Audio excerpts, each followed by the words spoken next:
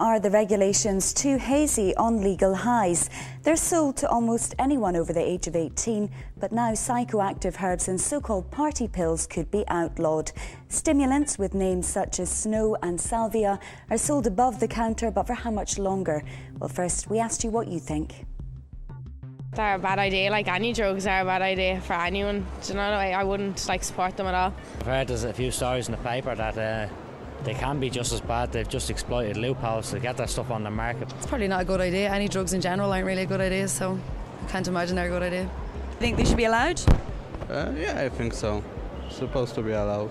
Because if not, the people are gonna go buy some hard stuff and they got, mad after that. So I think that soft drugs are more legal. If it's going to keep people from buying illegal drugs on the street that are probably a lot more dangerous for them, then I think there's a good place for them, to be honest with you.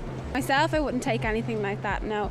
I've heard and my friends have taken them, but the side effects the next day seemingly they're just not worth it. So no, I wouldn't be into them at all.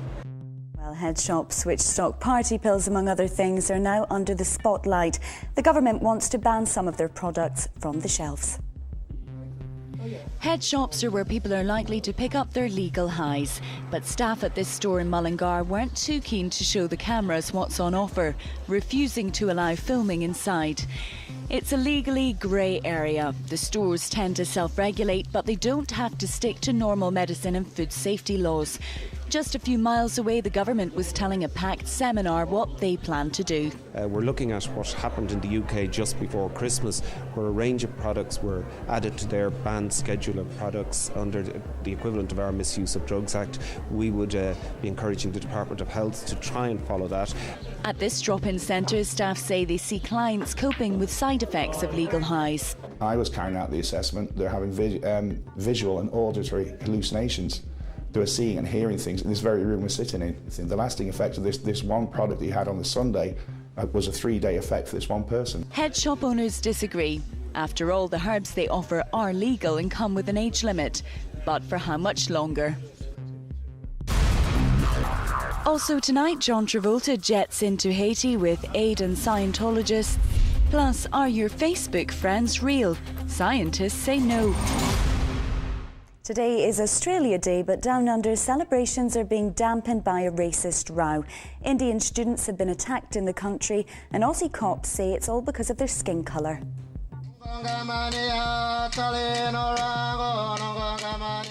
From Aboriginal ceremonies to the Barbies to the impressive shots of Sydney Harbour, January 26th is a National Day of Pride for Aussies all over the world.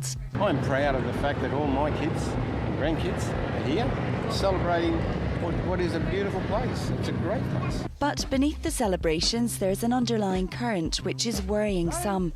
5 men have been charged in Melbourne following an attack on 2 Indian students in the city. The 2 victims, aged 20 and 22, told police they were pushed to the ground and kicked at by a group of people last night. These latest attacks come just weeks after an Indian student was stabbed to death in a park in the city. And while police are investigating, the Aussie Prime Minister has been dragged into the controversy. His nephew was fined after dressing in a Ku Klux Klan costume outside the Australian Open Tennis Championship. He claims he was protesting against the racist attack. Don't you think you're sending a bit of a mixed message because of what you're wearing? Well, we've got very clear demands on the government. They are let the refugees in and then no racist attacks on Indians. Well, the Prime Minister has refused to comment. It seems that for Aussies, a day of celebration has been marred as they make international headlines for all the wrong reasons. From Hollywood to Haiti, John Travolta's decided to do his bit for the devastated nation. The movie star has loaded up his plane and jetted off to the Caribbean island.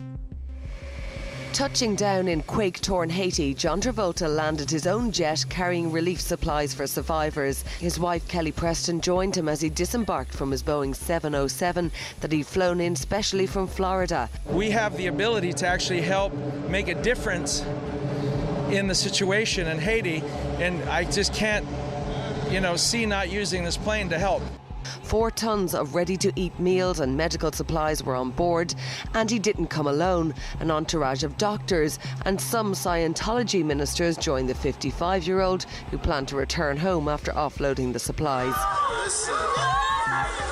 A fortnight from the day of the earthquake, more footage has emerged of the fateful Tuesday that's changed the country forever. A 20-nation think-in has concluded that Haiti itself must lead the effort to rebuild. It's important that we see ourselves as partners with Haiti, not patrons.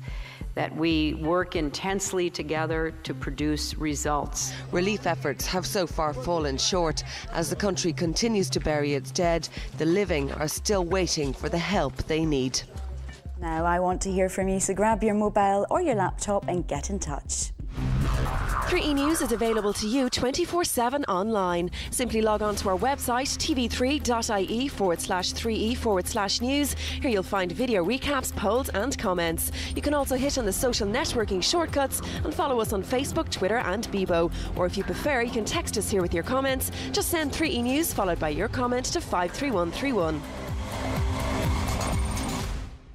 Stuck in the mud, the nightmare facing tourists in Peru. They'd gone to the ancient ruins of Machu Picchu, but were stranded by heavy rain and mudslides. Here's the latest. It probably wasn't in the guidebook. Tourists took the scenic route back from Machu Picchu, airlifted to safety from torrential mudslides. We are so thankful. Yes, we are so thankful. Thank you. We thank our Lord. Nearly 2,000 tourists were stranded in the village close to the ancient ruins after the traditional train route was blocked by mud. Evacuations will continue today as crews work non-stop to clear rock and mud off the tracks. The body of a young girl was pulled from the mud and taken from the scene of heavy flooding. Firefighters have been searching for people buried after heavy rain battered the region of Cuzco over the past 3 days. An emergency has been declared. Residents close to the Inca capital will be hoping the torrent of rain and mud will stop its flow before more damage is done.